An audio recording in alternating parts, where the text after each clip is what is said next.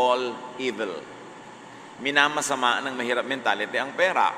To the mahirap mentality, wealth is bad. Meanwhile, the mayaman mentality says money is the root of much good. In fact, money is tool for much good. So sa mayaman mentality, wealth is good. Proverbs 10:15, great wealth can be a fortress, but poverty is no protection at all. Ang may kayamanan ay nakasandal sa pader. Ang walang kayamanan, ang nagdarahop ay hubad at masyadong vulnerable.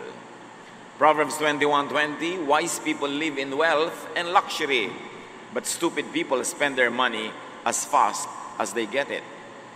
So ang matatalinong tao, napapahaba nila ang kanilang kariwasaan. Yun daw mga taong mangmang, sasandali lang, one day millionaire, tapos mahirap na uli. Sa mahirap mentality, rich people are just lucky or blessed. In other words, sinuwerte lang yan, hindi niya accomplishment yan. Binuenas lang yan, pinagpala lang yan ng Diyos. So wala siyang dapat na i-claim na responsibility for becoming rich. At sa ganyang mahirap mentality, mahirap people are just malas. Mahirap ako kasi malas lang ako. Kasi yun ang aking kapalaran, yun ang nakatakda sa akin. In other words, hindi ko kasalanan na mahirap ako. Inassign ako dito ng Diyos. Proverbs 10:22, it is the Lord's blessing that makes you wealthy. Hard work can make you no richer. But this should not be twisted to think that you don't need hard work to become rich. Ang sinasabi lang dito, hard work without God's blessing cannot amount to anything much. Kailangan mo blessing ng Diyos, pero may kakambal yun na hard work. Hindi yung hard work mo lamang ang nagpapayaman, kailangan may kakambal na pagpapala ng Diyos. Pero hindi pinagpapala ng Diyos yung walang work at all. Dapat malinaw ito sa mga tao para hindi ko ano-ano ang pananaw nila tungkol sa pagpapala ng Diyos in terms of wealth. This mahirap attitude keeps its believers from actively making and gathering wealth. Hindi sila nagiging aktibo sa pagpapayaman sa sarili, sa pagsisikap.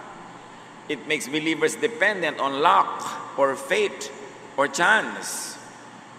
Kaya sila rin yung napakamahilig makipagsapalaran, makipagsugal, tumaya sa kung ano-ano. Kasi inaasahan nila na yun lamang ang paraan para sila yumaman o magkapera. This mahirap attitude keeps its believers very vulnerable to misfortune, to accident, some people call it. Pagka ang tao ay fatalistic, lagi na lang na nakaasa sa mga pagkakataon, sa buenas-buenas, wala silang savings, walang insurance, walang ibang source kundi sangla o benta, hiram o hingi, awa, puro himutok at puro iyak.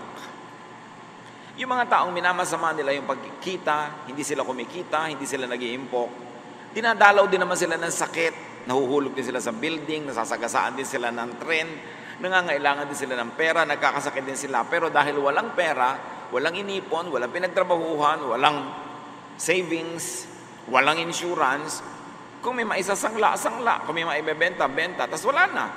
O kaya hiram, hingi, puro iyak. Ganun ba ang full life na gusto ng Panginoon sa atin? It's not the way to live a full life. Ang mayaman mentality, sinasabing people become rich because of hard work and of course because of God's blessings. Hard work, in other words, brings wealth. But you don't only work hard because maraming people who work hard don't become wealthy. You also have to work smart. Hindi sapat na pagod ka, hirap ka, hinahampas mo ang sarili mo sa trabaho. Hindi ibig sabihin makakaahon ka sa hirap. Kailangan nag-iisip ka rin, may diskarte ka. Ito man pinagpapaguran ko, hahanguin ako sa hirap o nakatali lang ako dito. Kumakain lang ako ng konti para mabuhay bukas, para magtrabaho uli. At kakain ako ng konti para mabuhay uli sa makalawa, para magtrabaho uli. Hanggang kamatayan mo na yun. Kailangan iniisip mo, ano ba itong ginagawa ko sa buhay ko? Saan ako dadalhin itong ginagawa ko, nitong hanap buhay ko, nitong trabaho ko? Mahahango ba nito ako sa hirap?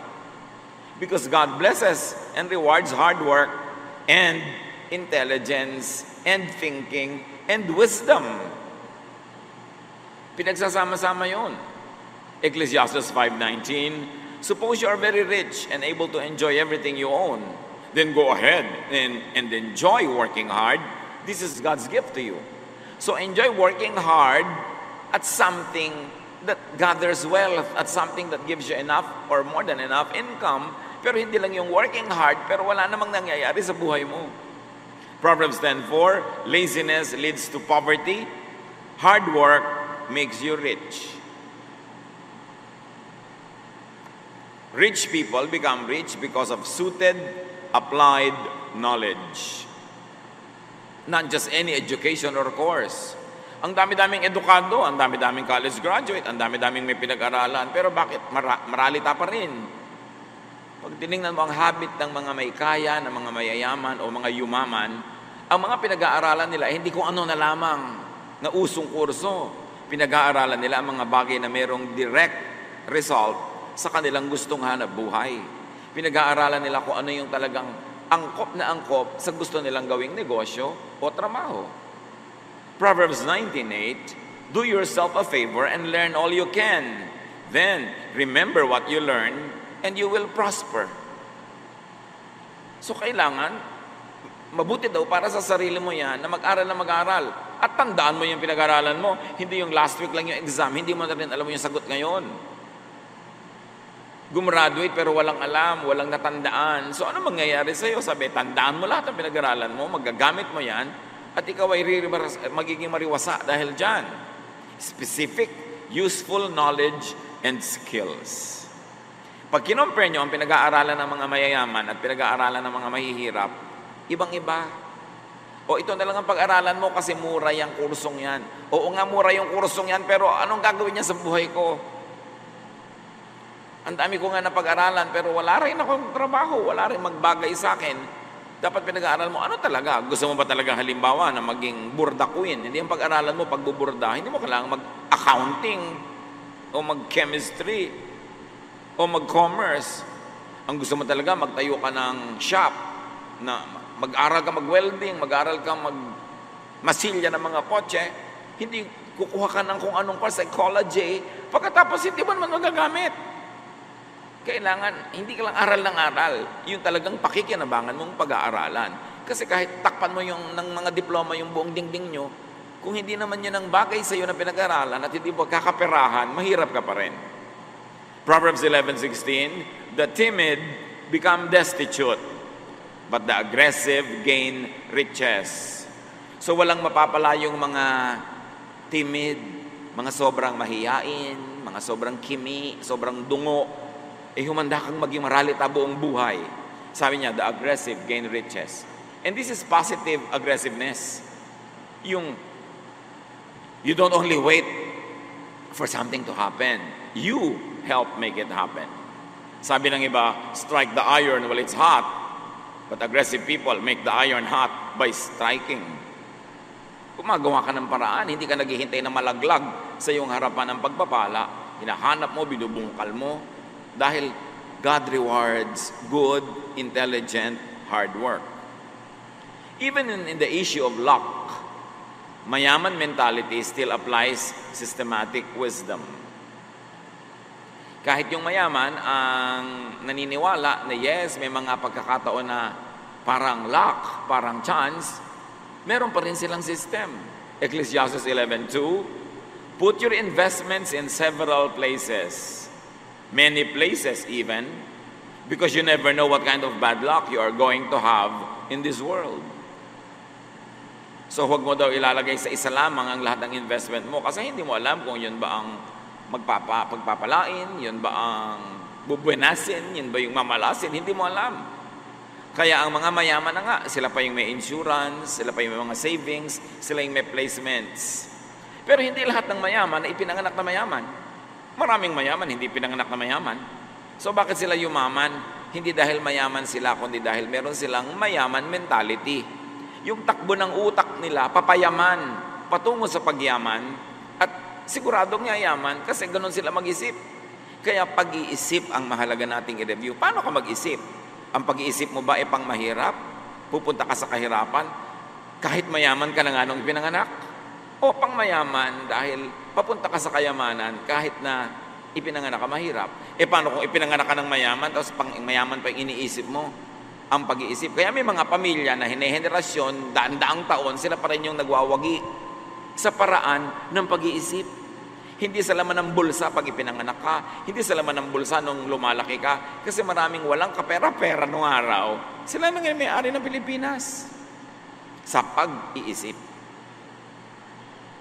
Sa mahirap mentality, rich people are dishonest or bad. Yumaman niya kasi makunat, kasi masamang tao, kasi business is business, wala man lang pakisama. Ganon. Maraming mga mahihirap na tao, masama ang pagtingin sa mayaman. Pag mayaman ka, masama ka. Wala kang kwentang tao. Tapos, sasabihin pa, bahay may palasyo, kung nakataray kuwago, mabuti pa ang kubo ko kung nakataray tao, ako. Yung pagpapasaya sa sarili dahil nasa kubo, akala mo naman walang dishonest at bad na poor. Akala mo naman mayayaman lang ang masamang tao. Akala mo naman napakasado at anghel ng lahat ng mga maralita. Ang mahirap mentality, sa kanila, righteousness is poor simplicity. Dapat kung napaka-righteous mo, simpleng-simple ka lang, Spartan lifestyle. But Proverbs 15:6 says, the house of the righteous contains great treasures. Ang tahanan daw ng matuwid ay maraming lamang kayamanan. So hindi minamasama ng Biblia ang maraming lamang kayamanan ng bahay mo. Basta righteous ka at napapayaman mo ang sarili mo sa righteous ways. Ang mayaman mentality, rich people are good. Or at least rich people are good at what they do. So rich people are blessed with riches. Proverbs 14:24, wise people are rewarded with wealth, but fools are known by their foolishness. Meaning, they end up poor. Pag wise ka daw talaga, you will be rewarded with wealth. Kayo mga naggagaling-galingan, ang laki-laki ng pagtingin sa sarili, ang yabang-yabang na siya ay napaka-wise, may pera ka ba? Kasi sabi, kung wise ka, you will be rewarded with wealth. So, ano ba ang klaseng wisdom meron ka? Wisdom na pangyabang o wisdom na para kumita? To produce wealth, to create wealth. Kasi sabi, you will be rewarded with wealth. Wealth is a reward, not a punishment. Ecclesiastes 2:10, sabi ni Solomon na ubod ng yaman, anything I wanted, I got. I did not deny myself any pleasure. I was proud of everything I had worked for, and all this was my reward. Sabi, bakit? Pinaghirapan ko naman. Kinita ko ito. So sabi ko noon, ang gusto ko, binili ko, kinuha ko, naging akin. Hindi ko pinagkaitan ng aking sarili ng anumang mga kasiyahan sa buhay. Bakit? Pinagtrabahuhan ko naman. Sabi nitong si Solomon, na itong ganitong kind of thinking ay minamasama ng Greek philosophy. Sa Greek philosophy kasi, which had a very strong impact on Jewish culture as well, yung parang masama ang katawan, ang mabuti lang yung espiritu, masama ang sarap, layaw at ginhawa, ang masarap lang yung pagdurusa, yun lang ang tama. That is Greek philosophy that influenced even many people in the churches, in the Christian churches. But that is not a Jesus idea. It is really a Greek idea that influenced many people in Israel. Ecclesiastes 2:10, I got whatever I wanted and did whatever made me happy. But most of all, sabi niya, I enjoyed my work. Do you enjoy your work? If not, you need to be wealthy. You need to have more money so you can do what you want to do that you will enjoy. Wealth gives freedom to enjoy and be happy even with one's work. Ang masarap sa buhay ay yung kinikita mo galing sa trabahong na-enjoy mong gawin, hindi yung nagdurusa ka, kinakamuhian mo yung trabaho mo para ka lang kumita at may ibili ng ulam. Pagka ikaw ay may sapat na kakayanan financially, you can have flexible time. You can have flexible focus and priority, and you will have fulfillment. And wealth can make you a giver instead of a receiver. Wealth can make you a supporter instead of a basket case or a charity case. Wealth can make you a blessing instead of just recipient from other people. Pag dinefine mo what is work, it is what you do. What is play, it is what you enjoy doing. How about getting paid for what you enjoy doing for playing? Ang tao, aasenso, magiging maluwag, masagana, kung ang ginagawa niya ay gusto niya talaga, mahal niya, bagay sa kanya, tama sa gifting sa kanya ng Diyos. Kaya huwag ka lang basta magkatrabaho. Kailangan manindigan ka na at ang gagawin mo yung gusto mo, yung productive ka, yung ikaw ay magiging outstanding, hindi lang ordinary. Pero siyempre, sasabihin mo nga, paano kung wala akong kapera-pera, kapit sa patalim, kahit anong trabaho, tatanggapin ko na. Cycle nga of poverty yan eh. Because when you are doing something you don't enjoy, and when you are doing something you are not cut out for, you will not be excellent. And when you are not excellent, you will not be rich. Kaya kailangan mag-isip ka, paano ako kakawala dito sa paikot-ikot na buhay na dahil wala akong pera, nagigipit ako, tinatanggap ko kahit ano na lang trabaho, at dahil kahit ano na lang, hindi tuloy ka nagiging maluwag, hindi tuloy ako umaasenso, kaya tatanggapin ko na lang lalo kahit ano na ipagawa sa akin, paikot-ikot hanggang kamatayan na. Kailangang tumalon palabas sa ganong cycle. Doing what is right for you, doing what is best for you, brings wealth. Because wealth is in excellence, not in mediocrity. At hindi naman ibig sabihin na kailangang may pera ka nung isinilang ka. Tulad nga ng binanggit natin, napakaraming isinilang na walang-wala. Pero dahil sa patuloy, tuloy-tuloy, consistent na hard work, wisdom, at blessing ng Diyos, pag pinagsama-sama mo, nakakawala sila sa cycle of poverty. At syempre, ang number one kalaban ng poverty, katamaran, or mediocrity, or pagiging kontento sa okay na yan, pwede na yan, kontento na sa ganun na lang.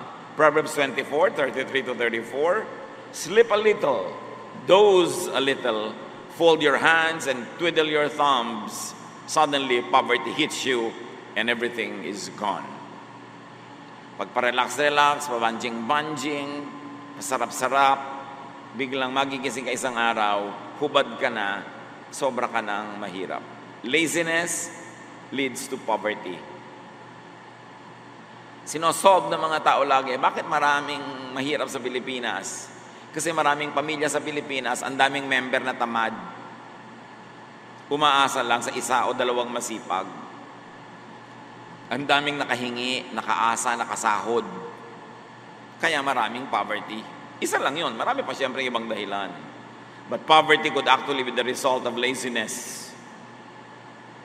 Meron naman hindi lazy pero poor pa rin. Kailangan iba, hanapin anong dahilan. Masipag na nga ako, but poor pa rin ako. So, am I full of wisdom? Am I doing the right thing? Yung bagay sa akin? Ano pa ang kulang? Masipag naman ako. Poverty could actually be the result of accepting it as a fate, as inevitable. Pag tinanggap mong ganyan lang talaga ang buhay, ito na ang aking kapalaran, wala akong magagawa. Yan ang mga kanta ng mga hindi aasenso. Hindi mo dapat sinasabing ganyan lang talaga ang buhay. Dapat sabihin mo, dapat hindi ganyan ang buhay. Kasi sabi ni Jesus, I came that you might have life and have it to the full. Ba't hindi ako full? Dapat hindi ganito. Dapat mong sasabihin, wala tayong magagawa. Dapat sabihin mo, ano bang magagawa natin at gawin natin? Ganyan lang talaga yan. Dapat sabihin mo, hindi dapat ganyan yan. Poverty could actually be the result of no plan to overcome it. Puro wish, but no definite plan. Lahat naman na naghihirap, inaasam nila na sila ay giginhawa. Pero may plano ba kung paano giginhawa? O pangarap lamang? Wish lang. Iba ang wish, ibang plan. Pag may plan, may definite steps kang gagawin to get out of it. Because when you fail to plan, you plan to fail. Even in a financial way. Dapat lahat ng tao, basta't kaya ng katawan, hindi siya sobrang matanda o sobrang bata o siya naman ay malusog, sikapin na hindi lamang kumita ng sapat, kundi kumita ng sobra. Para imbes tayo pa ang binibigyan, tayo naman ang nagbibigay. Dapat tayong umiwas sa maging maralita. Because poverty could make you a burden to others. Pag hindi mo kinikita ang kakainin mo, aasa ka sa iba na pakainin ka. Pag hindi mo kinikita ang pampagamot mo, pampaaral mo, pampasarap mo sa buhay, pambakasyon mo, pambili mo ng load, pambili mo ng cellphone, iaasa mo yun sa iba. Kaya dapat iniisip mo, ano ang pwede kong gawin? Siyempre, meron akong pwedeng gawin. Hindi ko dapat tanggapin na ganito na lang ako. At dapat tayong maawa at mahiya sa mga sinasandalan. Kung hindi naman tayo sobrang matanda, sobrang bata, o may sakit, dapat hindi tayo nakasandal sa kapwa. Meron tayo dapat ginagawa. Proverbs 22:13, lazy people stay at home. They say a lion might get them if they go outside. Ayaw magtrabaho, ayaw maghanap buhay dahil baka daw pag lumabas ng bahay, may leon sa labas at kainin siya. Lazy people invent all kinds of excuses to not work. Mag-a-apply sa trabaho, pagkatapos pag natanggap na, laging late, laging absent. Pag napagkatiwalaan, kukupitin yung stapler ng opisina, iuwi. Pagka naging procurement officer, kukupitan yung kumpanya. Pagka may mga bandi-bandi clock, iba pag ang taga-bandi sa kanya. O kaya magbabandi clock. Pag nakabandi clock na, bigla ang bagal-bagal na maglakad. Nung mag-i-in, nagtatatakbo parang Darna. Ang bilis. Tapos pagkain na pagkain, magsasipilyo, magsusuklay, magtitis, magme-makeup, magpapakoterize sa mga kulugo. Bago magtrabaho, ang dami pang gagawin kasi nakain na eh. Sa palagay mo, walang Diyos na nakakakita na dinadaya mo yung employer mo? So ano mangyayari? You pretend that you are working. Anong gagawin ng employer mo? She will pretend to be paying you. Alam nyo ba, akala ng mga empleyado, naloloko nila yung mga amo nila. Kaya naging amo yan, matatalino yan. Kaya nagkaroon ng mga kumpanya yan, matatalino. Akala nyo, naiisahan nyo. Alam nila yung mga nandadaya. Ang paghiganti na lang nila, hindi nila dinadagdagan ng sweldo. Balak ng amo, wow, malaki ang business natin ngayon, malaki ang kita. Kayang-kaya ko magbigay ng 14th month, 15th month, 16th month pay. Pero dahil dinadaya ko ng empleyado ko, yun nilang requirement ng gobyerno, 13th month. Tuwang-tuwa naman si empleyado, nag-13th month. Ay, kahit naloloko ko siya, nag-13th month ako. Hindi mo alam, kaya kanyang bigyan hanggang 16th, 17th month. Kung honest ka at kung masipag ka at productive ka. Akala naman ng mga iba, nauuto nila yung mga employers. Kaya naging employer yan kasi mas matalino sila kesa sa atin. So, hindi natin sila mauuto. Meron silang ibang paraan ng paghihiganti. And it is financial. Hindi ka binibigyan ng dagdag. Huwag laging sinasabi, lazy people invent all kinds of excuses to not work. Lazy people always say, mahirap gawin yan. May karpintero ka, papagawin mo, sabi ng karpintero, sir, mahirap pong gawin yan. Gusto mo madalian? Humiga ka, mamasahihin kita para madalian ka. Gusto mo madalian? Ba't ayaw mong mahirapan? Pag ayaw ko ang mahirapan, hindi ka asenso. Ganyan lang talaga ang buhay. Wala akong magagawa. Wala kang magagawa, hingi ka ng hingi, hindi ba gawain yan? Hindi ba gawain mangutang? Tapos sasabihin, wala kang magagawa, gawain din yan ah. Proverbs 23:4-5, be wise enough to not wear yourself out trying to get rich. Your money can be gone in a flash, as if it had grown wings and flown away like an eagle. Akala ng iba, sinasabi nitong huwag kang magpagod para yumaman. Pero ang sinasabi talaga dito, huwag kang magpagod unnecessarily. Huwag mong pudpurin ang sarili mo sa pagpapayaman. So hindi tayo pinipigil magpayaman, pero huwag mong pudpurin ang sarili mo. Huwag mong patayin ang sarili mo. Kasi may mga tao, pinapatay yung katawan nila para magkapera, at nung may pera na, uubusin yung pera nila para magpagamot. So kailangan habang naghahanap buhay ka, gumagawa ka ng kayamanan, inaalagaan mo pa rin ang iyong katawan. Kasi mamaya, lahat ng kinita mo, gagastusin mo sa pagpapagamot. Importante, lalo't nagtatrabaho ka, you work hard, do your best to eat well, to eat nutritious food, to relax, to rest. Kasi katawan mo lamang ang instrumento mo para kumita. Pag inabuso mo yung katawan mo, nagkasakit ka, hindi ka nakikita, at magsisimula ka ng gumastos sa pagpapagamot. So be wise in gathering wealth.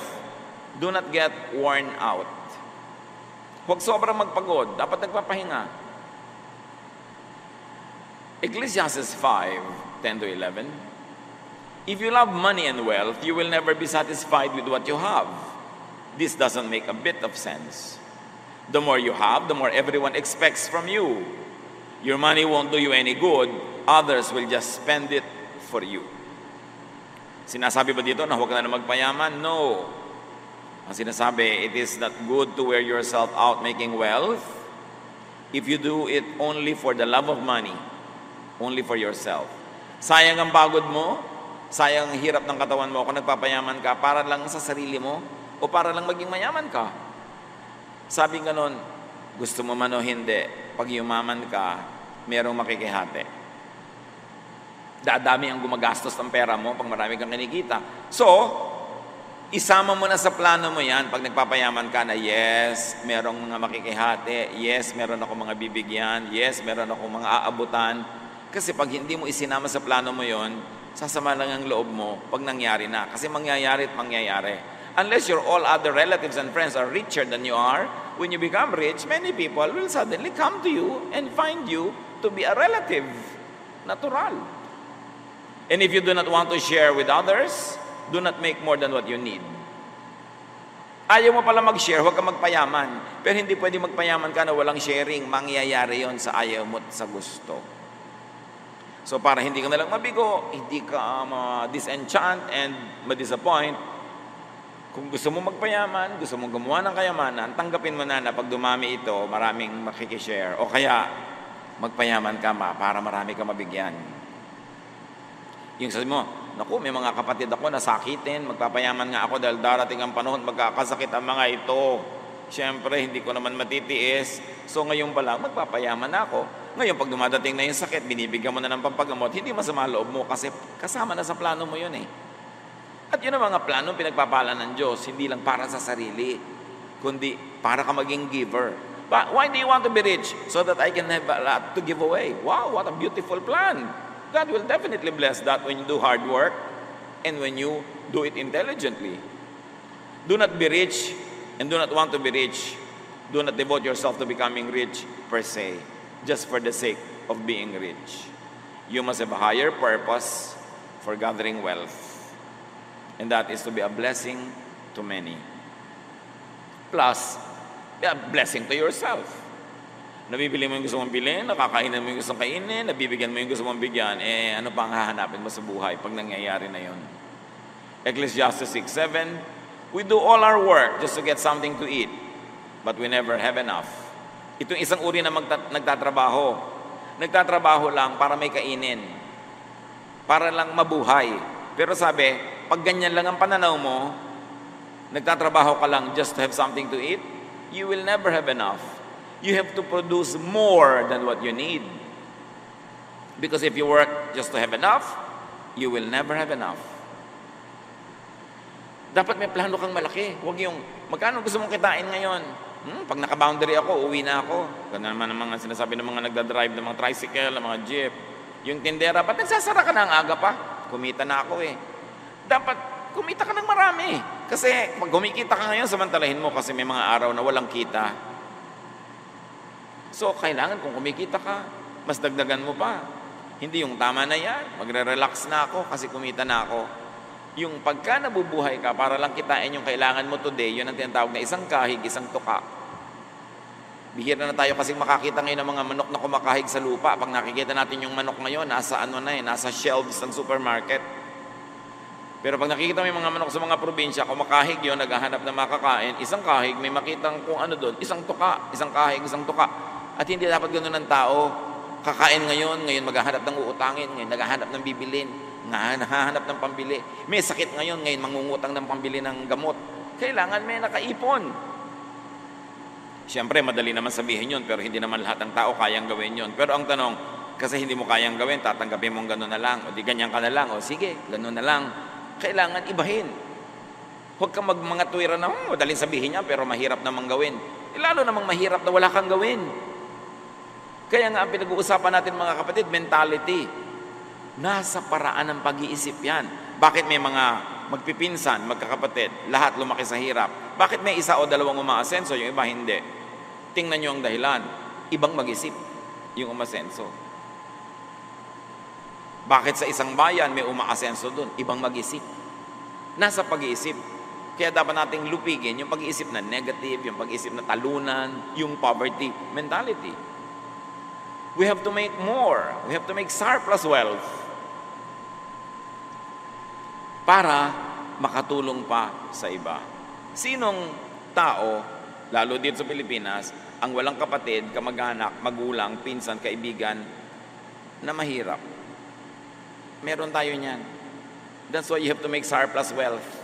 Whether you like it or not, kakatok yan sa pinto mo pagka walang pangsali na dugo, pagka walang pambili ng gamot, pagka na ang anak ay naaresto, nakulong, o nasagasaan, o nalagay sa ospital, pupuntahan ka. Ephesians 4:28, if you are a thief, quit stealing. Be honest and work hard, so you will have something to give to people in need. Yun ay tinuturo sa atin, kumita ka ng higit sa kailangan mo. Dapat may sobra para may pambigay ka sa mga ngailangan. Para may pambigay ka sa sarili mo. Napaka-importante. At pag may pera ka na, lalo't marami-rami naman, abay gumastos ka, kapatid. The beauty and power of money is felt only when it is being spent.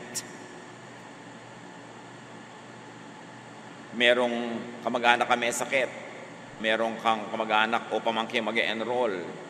Merong nangangailangan. Wala silang pera. Ikaw naman dito sa lalagyan mo, may mga pera ka nakasalansan. Pag ibinigay mo yung 1,000 doon o 2,000, ang daming magagawa sa buhay niya. Pero pag inipit-ipit mo lang doon sa pagitan ng mga duster mo, wala namang ginagawa yun, nandun lang. Kung ang dami-dami nasa bank, nandun lang. Ano talaga ginagawa nun? Wala. Kasi ang kapangyarihan ng pera ay kumikilos lang pag siya ginagastos. Hindi pag itinatago. Yung itinatago mo, para lang so that you feel secure. May konti kang savings. Pero kung puro nakatago, ipit ka lang ng ipit, at maraming ganong tao. Ang dilim-dilim sa bahay, ayaw magbukas ng ilaw dahil ayaw magbayad ng kuryente. May pambayad naman. Kung ano na lang mga inuulam, hangin, hinihigop na lang yung hangin, yun ang ulam. Inaamoy ang ulam ng kapitbahay, sabay subo ng kanin. May pera naman. Why?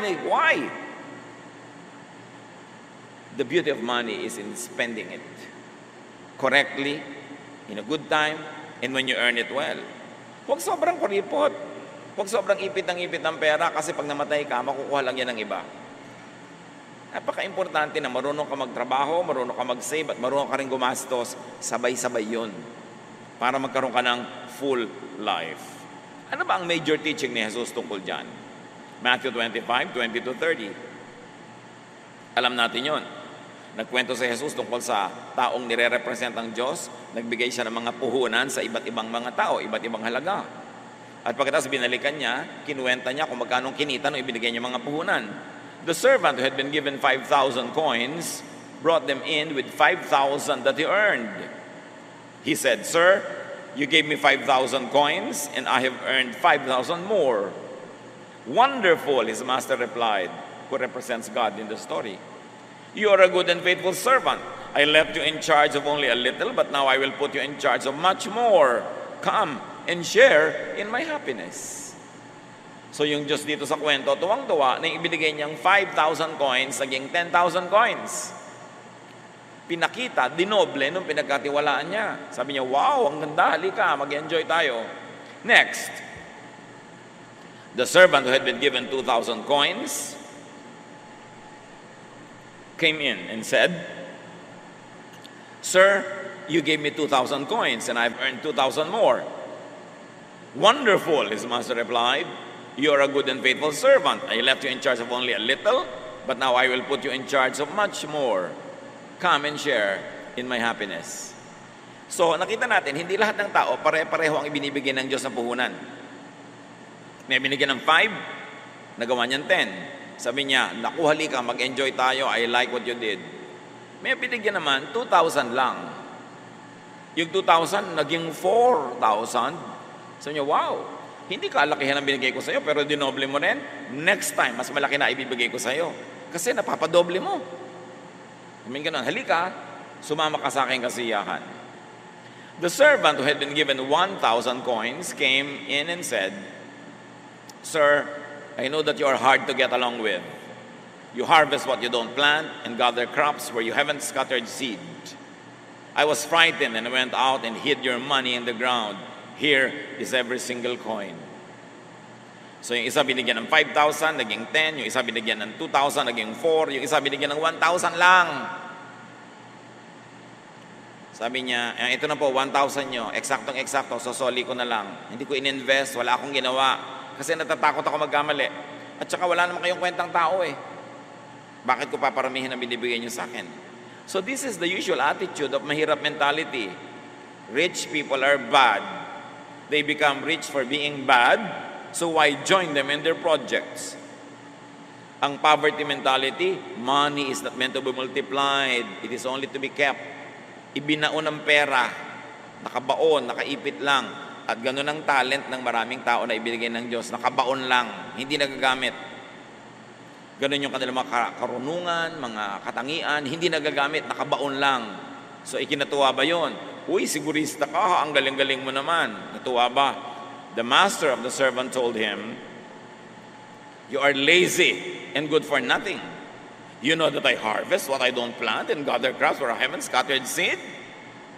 You could have at least put my money in the bank so that I could have earned interest on it. Nakita niyo yung kwento ni Jesus? Ayaw mo palang i-invest. Ang tamad-tamad mo pala. Negative pala ang attitude mo tungkol sa pera at sa investment. Sana nilagay mo man lang sa bangko, nagka-interest. Dapat yung ibinigay ko sa yung 1,000 last year, gayon, 1,020 man lang. Alam mo lang sa bangko, 0.05%, 1% lang yan, no?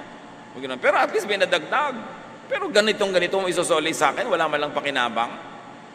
Para yung mga nangutang 10 years ago, umutang ng 10,000, binayaran ka ngayon, 10,000 din. 10 years ago, yung nabibili ng 10,000, 5 talong. Ngayon, kalahating talong na lang yun.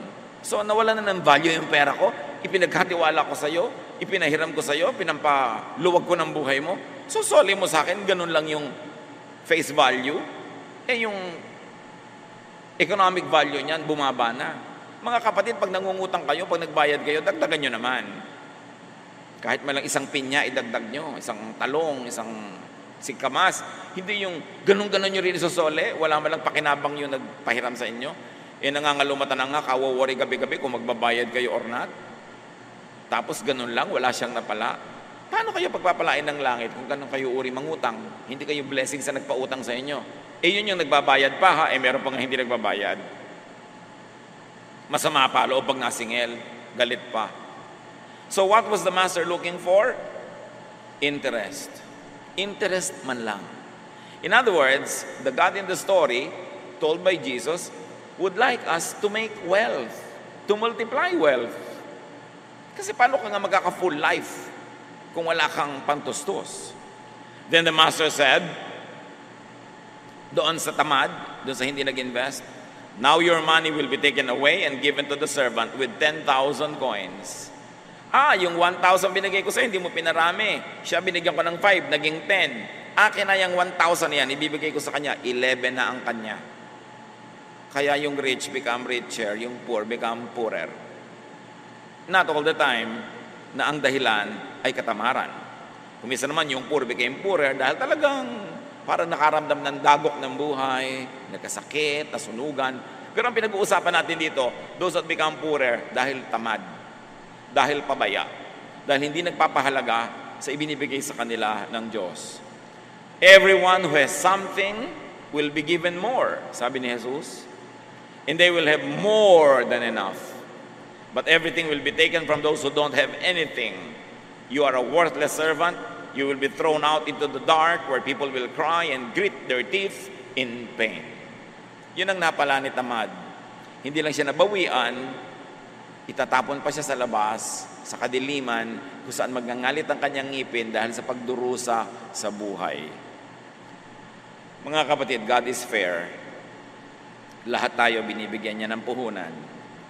Lahat meron. Iba-iba lang. Merong 5, may 10, may 1. Ang tanong, anong ginagawa natin sa puhunan natin? Puhunan, hindi lang pera. Talento, pagkakataon, chances, opportunities. Binavalue ba natin yon? Pag ba may nagtiwala sa atin, talagang pinapasulit natin yung tiwala niya o dinadaya natin. Sorry na lang, nagtiwala siya. Pagka ba merong mapagbigay, aabusuhin natin, o lagi na tayong magiging mabait, lalo na kasi mapagbigay siya eh. Pagka ba merong mabait, kakawawain mo, aabusuhin mo, o susukulen mo rin ang kabaitan, God is watching. Kung anong ginagawa mo sa binibigay sa iyo, yun ang magdedetermine kung anong ibibigay sa iyo sa susunod. Dahil laging may accounting. The lazy person, the person with a bad and negative attitude toward money, will be deprived. So suriin natin ating sarili.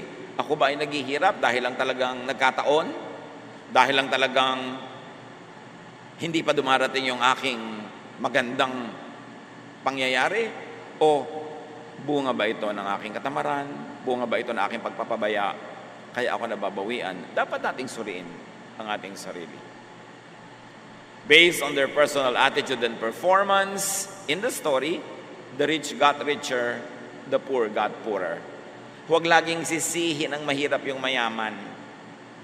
May ginagawa yun na tama, may formula siya na tama, may paghihirap yun na ginagawa, kaya siya yung mayaman. Hindi mo dapat laging sisihin ang iba kung bakit ka mahirap. Ang una mong hanapin, ano ang pananagutan ko, bakit hindi ako maluwag sa buhay? Bakit hindi ako kasing yaman ang gusto ko kesa sa sisihin natin ang sisihin ng iba? Produce surplus money. Make more than what you basically need, because productivity is rewarded. Ang mabunga, lalong pinapabunga. Nakita niyo isa pang kwento ni Jesus? Merong isang may-ari ng halamanan, pumunta siya sa kanyang garden. Nakita niya yung isang puno, ang tagal-tagal lang nandun, walang kabunga-bunga. Sabi niya sa gardener, putulin mo na yung halaman na yan, walang bunga. Sayang ang mga sustansya ng lupa na sinisip-sip niya.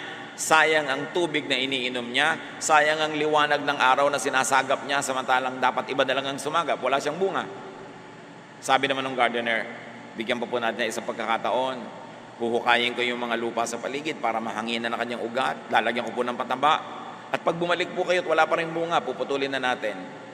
Sino sa atin ang kandidato ng maputol? Kasi walang kabunga-bunga.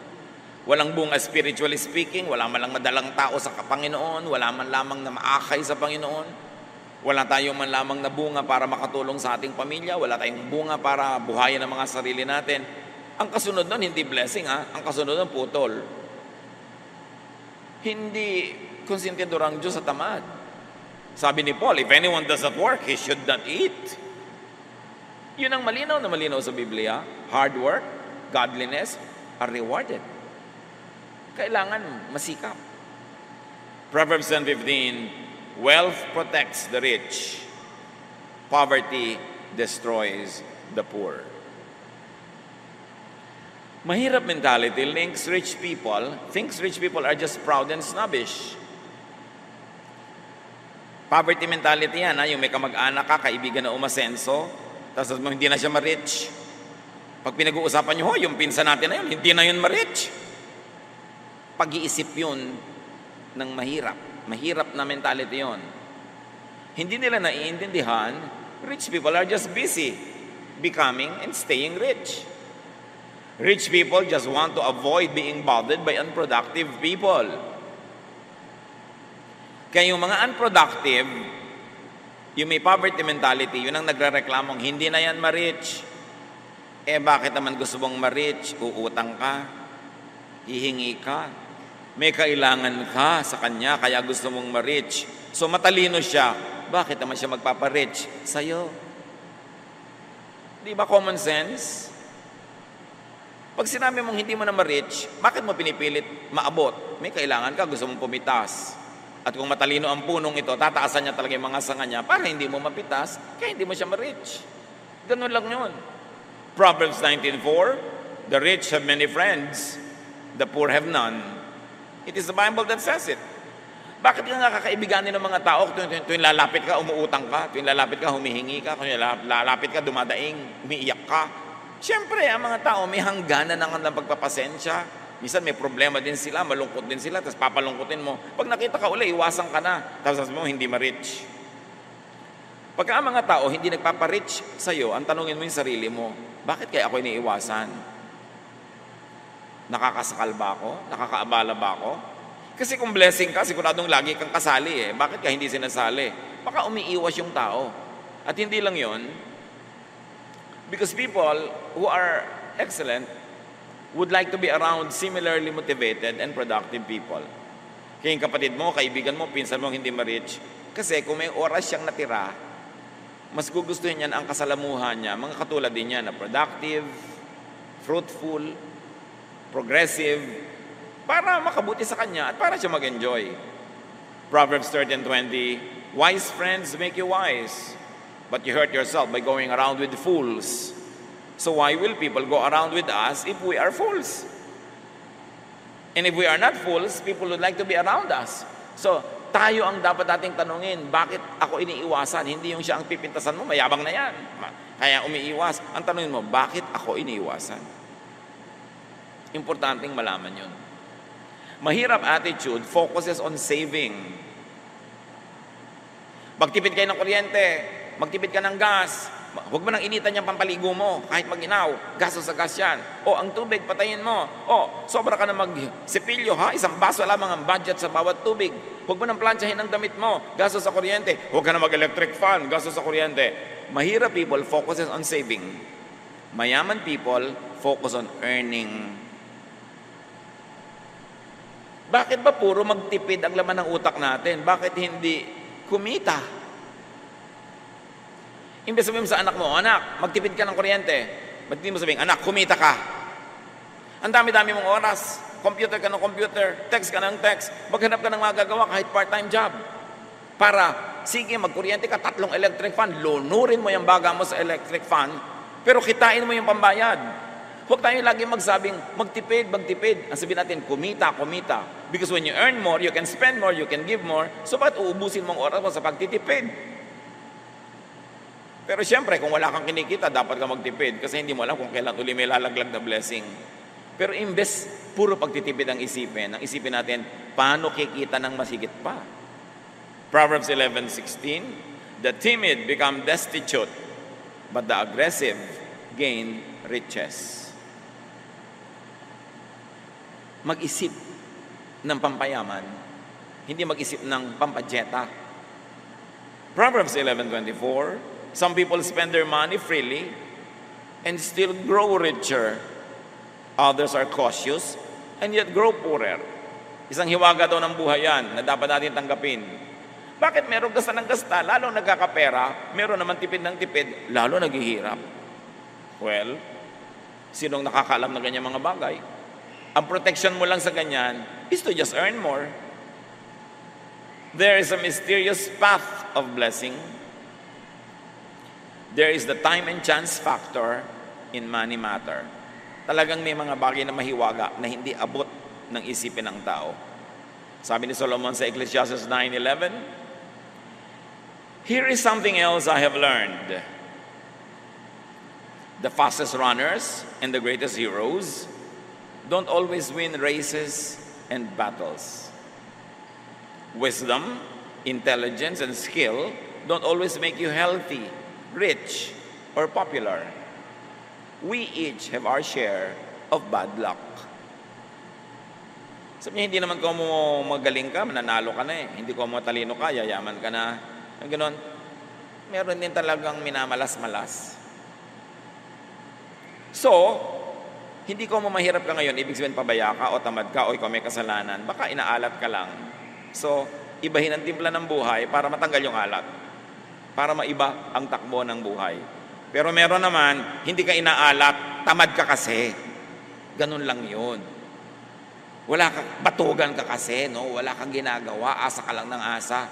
Kaya ka mahirap, gumagastos ka ng higit sa kinikita mo. Hindi alat ang tawag doon.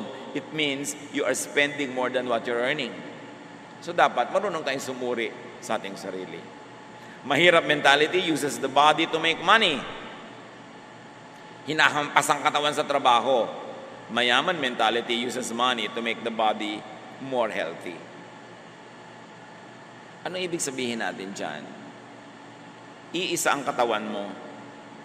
Pag yan lang ang hinahampas mo sa trabaho, kahit kumita ka, mamaya bibigay din ang katawan na yan, magkakasakit yan. At ito, ang kaisa-isang instrumento ng mga maralita, yung katawan nila. Ibebenta mo ang katawan mo sa employer from 8 to 5, hindi ba binebenta mo, etong katawan ko, gamitin nyo ako, tagalagay ng mga ganito sa supot, taga bukas ang pinto, tagalinis ng ganito, eto katawan ko, binebenta ko ang aking katawan at ang aking oras. At pagkatapos mong bili ng aking oras at katawan, lupay-pay na ang katawan ko, wala na akong pakinabang sa aking sarili. So magpapahinga na lang ako para bukas may lakas uli ako para ibenta ko uli sa iyong katawan ko. Magtatrabaho uli ako hanggang mapagod. Kikita lang ako para may kainin, pero hindi sapat. Ang payong ko, 3 buwan ng hulugan, hindi pa tapos ang hulog. Pero trabaho ka ng trabaho, pagod na pagod ako. Hindi ka ba dapat makahalata na merong dapat ibahin? Kasi pagod na pagod ka naman, pero walang bunga. Proverbs 14:30, a tranquil mind gives life to the flesh, but passion makes the bones rot. Especially the passion to survive. Selling one's body, one's time, one's youth, one's energy to employers does not usually earn enough to enjoy wealth to the fullest. Yung meron ka laging empleyado mentality, meron siguro talagang cut out for that, pero meron mga iba, hindi. Kung hindi kayo cut out for that, gumawa kayo ng paraan para magkaroon kayo ng sariling hanap buhay, sariling negosyo, or sideline. No? Kasi nagagastado ang katawan. Minsan makakakita ka ng mga workers, ang lalakas ng katawan, mga construction workers, nauulan na, naaarawan, ang lalakas ng katawan. Pero pag tungtong ng 30, 35, ang tandaan,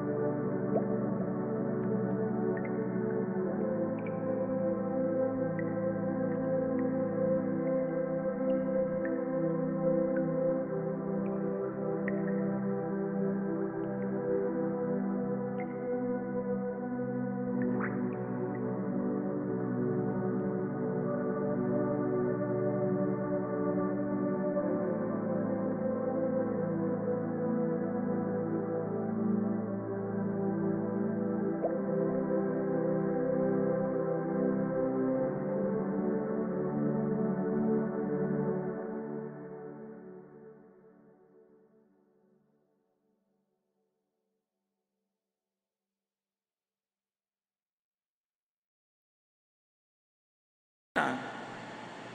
Marami ng sakit. Kasi yung katawan hindi naalagaan. Alam nyo, lalo mga construction worker, ang liit-liit ng kita nila. Pagkatapos, nakatira sila sa mga nilalamok-lamok na lugar habang may construction. Ang kakainin nila, kung ano-ano lang. Walang quality of life, walang quality of sleep. Magtatrabaho araw-araw, off lang sila pag linggo. Gaano katagal lang itatagal ng katawan nun? So hindi naman kumita ng malaki, tapos ngayon parang matanda na, may sakit na, habang buhay na ngayong alagain, pakainin, hanggang kamatayan na niya yun. Yun ba ang full life? Maraming merong pananagutan dyan, hindi lang yung may katawan, yung economy. Pag sobra namang ang liit-liit magpasweldo, halimbawa ng mga employer, kahit kumikita sila, ang laki ng profit, wala man lang profit sharing sa mga empleyado, talaga ang empleyado nabubuhay lang para magbenta ng kanyang katawan at oras sa employer. Hanggang hindi na siya papakinabangan, tatanggalin na siya, may sakit na siya. Kung wala siyang insurance, tuwing nagkakasakit siya, umiiyak yung asawa sa kapitbahay, nangungutang, nangihingi, na iniiwasan na sila ng mga tao dahil tuwing lalapit sila, may kailangan. Anong klaseng buhay? Kailangan, wag mong tanggapin na gano'n ang buhay. Meron kang gawin, lalo't kaya mo pa. Lalo't bata ka pa. Maiksi lang ang kabataan, maiksi ang lakas, napakaiksi ng kalusugan, mahaba ang pagkakasakit. Paghirap ka sa buhay, madaling tumanda, madaling magkasakit. At dahil tumanda ka at nagkasakit, more kahirapan follows you. It is going in cycles, in circles. Dapat kumawala sa cycles of poverty. Sasabihin ng iba, ano magagawa ko? Mahirap ako. Wala kang gustong isipin. O di sige, tanggapin mo. Papaikot-ikot ang buhay mo. Ganyan din ang mangyayari sa anak mo. Hindi mo mabibigyan ng ticket to financial freedom dahil hindi mo mabigyan ng edukasyon, hindi mo mabigyan ng background, mamanahin din niya yung trabaho mo, mamanahin din niya yung buhay mo, paulit-ulit. Kaya dapat suriin. Ano ang maliit, kahit na maliit na butas na pwede mo daanan para kumawala ka sa kahirapan, makagawa ng paraan. At tayo naman ang mga hindi naghihirap sa ating mga kapatid, gumawa natin ang paraan na yung mga naghihirap dyan ay makaahon. Kung ikaw employer, magbigay ka ng more sweldo, profit sharing. At kung ikaw may kaya sa buhay, lagi may nagtatanong sa akin, hindi po kami masyadong mayaman, pero ano pong pwede namin gawin para tulungan ang mga kahirapan ng ating bansa? Magpaaral ka kahit isang anak ng mahirap, magpaaral ka ng isang estudyante hindi mapag-aaral ng magulang, kaya mo namang iagaw sa budget mo, gawin mo yun. Yun ang contribution mo sa ating lipunan. Kasi pag may isang nakakapag-aral, isang umahon sa buhay, hihilahin niya pataas yung kanyang mga kamag-anak, yung nanay niya, yung kapatid niya, ibibili niya ng gatas yung mga pamangkin niya. So yun ang contribution mo sa society. We can all do something. We should not behave like victims all the time. Kung ikaw yung parang victim, gumawa ka ng paraan para maiba. At yun namang mga may kaya na hindi sila ang victim, huwag na tayo ang mambiktima. Tulungan natin yung mga kawawa para maiyahon sila. Dapat baguhin ang buhay. Kailangan ng tao ngayon multiple incomes. Hindi iisa lang ang pinagkakakitaan. Kailangan may sideline ka pa. At mahalaga, hindi lang isa yung tinatawag na breadwinner. Yung ate ko kasi breadwinner namin ano ka, bread eater. Ano yung kapatid mo? Bread eater din po. Yung isang kapatid mo nag-asawa ng kay aga-aga, bread eater din po. Yung naging anak niya, milk drinker naman po. So, sino lahat ang pinanggagalingan yan? Yung ate ko pong breadwinner, kaya kayo maralita. Dapat pag bread eater ka, breadwinner ka rin. Liban na lang, sobrang tanda, sobrang bata, o may sakit. Dapat tanggalin natin sa bokabularyo natin yung breadwinner. Bakit kailangan may breadwinner? Dapat lahat breadwinners. Hindi aasa ka lang sa isa. Kawawa naman. 40 anyos na, hindi pa nagkakanobyo. Tapos ikaw, 16 pa lang, may 3 anak ka na, siya pa ang nagpapa-aral sa anak mo, sobra ka nag-enjoy sa buhay, tapos yung ate mong matandang dalaga ang nagka-losyang-losyang na sa pagpapakain sa'yo. Napaka-unfair kumisa natin, may breadwinner pa. Hindi ka dapat asa ng asa kung mo binibigyan ka, kumisan naaawa sa'yo, o mahal ka talaga, o hindi na lang makakibo. Pero dapat gumagawa ka ng paraan. Walang breadwinner. Kaya maganda magkaroon ng sariling negosyo or sideline. Kahit may trabaho ka pa. Kasi maraming gasto sa buhay. Nung araw, di naman natin binibili ang drinking water. Ngayon, binibili mo na. Nung araw, wala namang load na telepono. In fact, wala kang telepono, mental telepono.